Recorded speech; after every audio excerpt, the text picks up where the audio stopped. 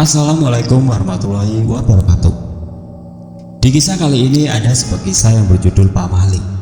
Kisah dari tulisannya Restu Wiraatmaja. Seperti apa kisahnya? Langsung saja kita simak berikut ini.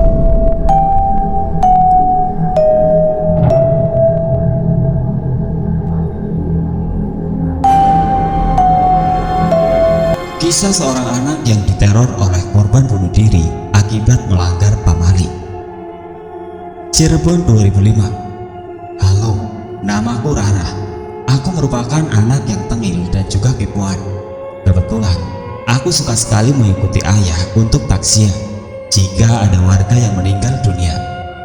Ayah pernah bilang bahwa setelah kita takziah, jangan lupa untuk mandi, karena bisa jadi sawangnya masih nempel. Maksud sawangnya masih nempel adalah sesuatu yang menempel kepada kita jika kita tidak mandi setelah bertakziah. Umurku saat itu masih 6 tahunan. Aku sendiri masih belum tahu apapun tentang dunia gaib atau hal yang berkaitan dengan gaib. Namun setelah kejadian di mana aku bisa melihat dengan jelas, ayahku menyebut dengan pamali. Rah, ikut ayah takziah yuk. Di mana Pak? Di TPU. Sebenarnya niat ayah baik untuk penguat karakter dan pengembangan keberanian, juga sebagai pengingat terhadap Tuhan. Namun di usiaku yang masih kecil, ayah lupa bahwa hijab antara duniaku dengan dunia gaib lebih mudah terbuka. Saat aku diajak oleh ayah untuk menuju TPU, aku melihat keluarga korban yang meninggal sangat terpukul dan menyesal. Beberapa orang saling berbisik-bisik mengenai kematian pemuda yang tertutup. Dia bernama Cucun. Cucun merupakan pemuda yang berawakan tinggi, putih dan kurus. Rambutnya keribu, juga memiliki tai lalat di sebelah kanannya. Dia merupakan pemuda yang tertutup semenjak kedua orang tuanya meninggalkannya. Cucun hidup sendiri tanpa seorang teman.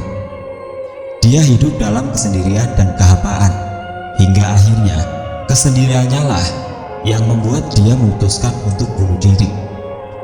Cucun ditemukan di kamar mandi dalam keadaan lidah menjulur keluar, lehernya terikat tali tambang, dan matanya melotot tajam ke arah langit-langit kamar mandi.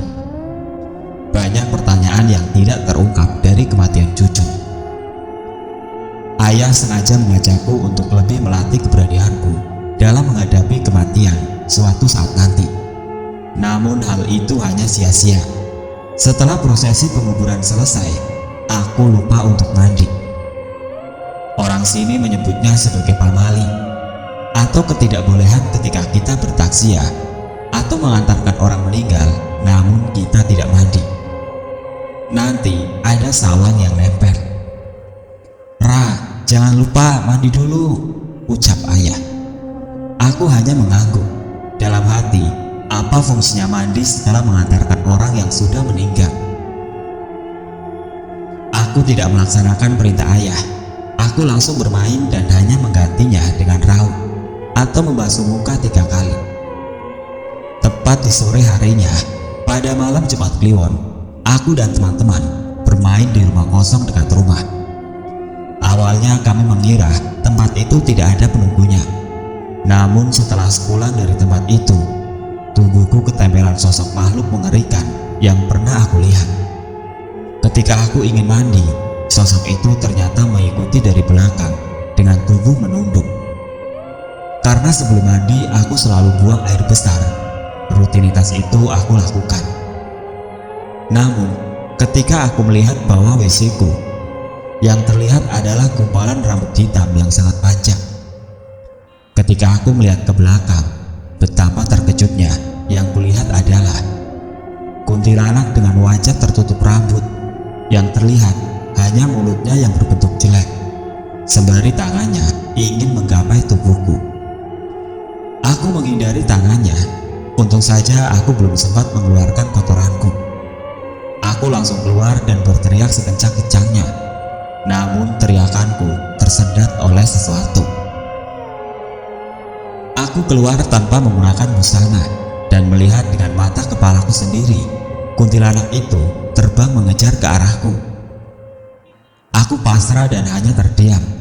Ketika aku membalikan arah ke depan, aku menabrak ibu yang sedang membawa handuk. Ibu heran, mengapa aku berlari-lari tanpa busana. Aku bilang, ada kuntilanak di kamar mandi. Anehnya, ibu tetap saja tidak percaya. Sebagai gantinya, ibu mengantarkanku hingga ke kamar mandi. Aku melihat kuntilanak itu sedang duduk di atap sambil memainkan kakinya. Aku menangis histeris, namun ibu tidak memperdulikannya. Semenjak itu, bukan hanya satu kejadian aneh yang aku rasakan ketika melanggar pamali ini, tapi sangat banyak. Itu awal aku terkena tulah dari pamali.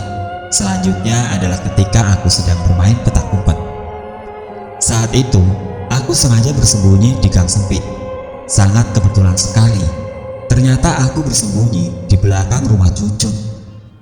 Aku rasa itu adalah tempat terbaik untuk bersembunyi karena tempatnya yang gelap dan tidak ada orang yang lewat. Tapi aku lupa bahwa Cucun baru saja meninggal dunia beberapa hari yang lalu. Dan kalian tahu apa yang terjadi. Tiba-tiba saja ada seseorang yang terjatuh dari atas rumah, namun seperti tersangkut dan menimbulkan bunyi. Bruk, tidak jatuh di tanah, tidak mengenaiku, namun suara itu tepat di belakangku. Aku penasaran karena aku merasa merinding hebat. Apa hanya kebetulan aku bersembunyi di belakang rumah Cucun, lalu hawa seramnya tepat mengenaiku. Ketika aku melihat ke belakang, betapa terkejutnya aku.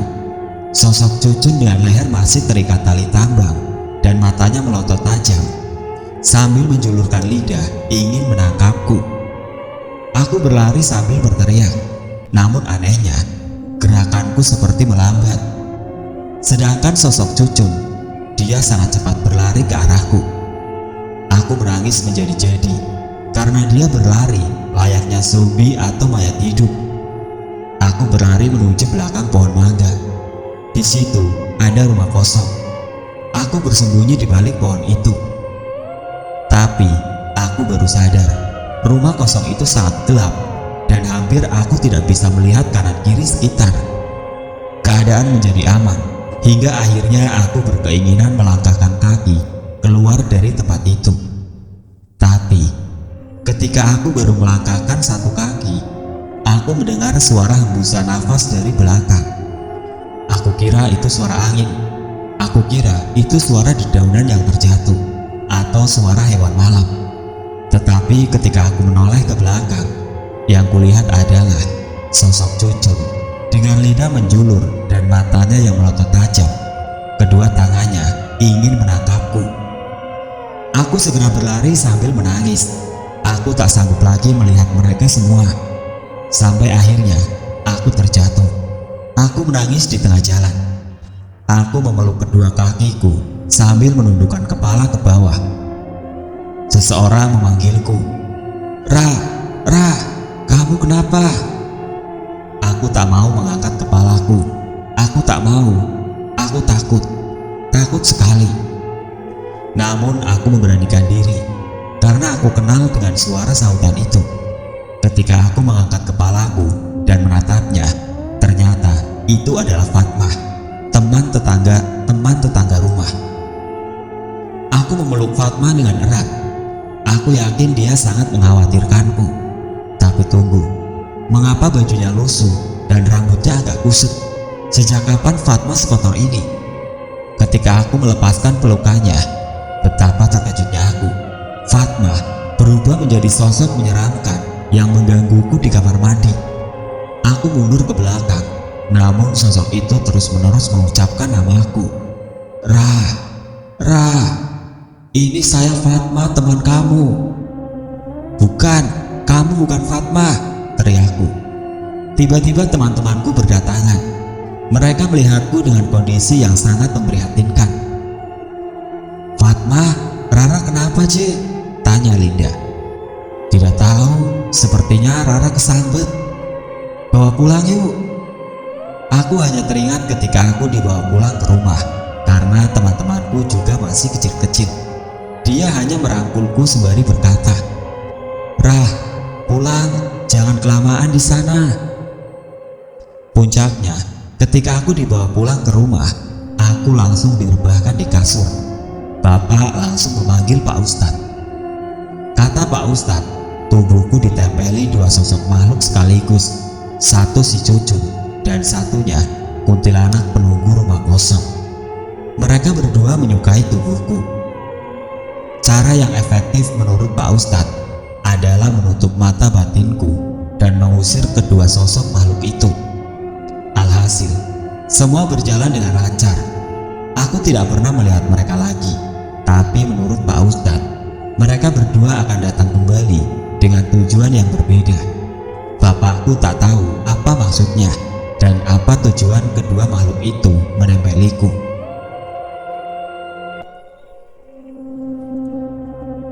Sampai di sini dulu untuk cerita kali ini.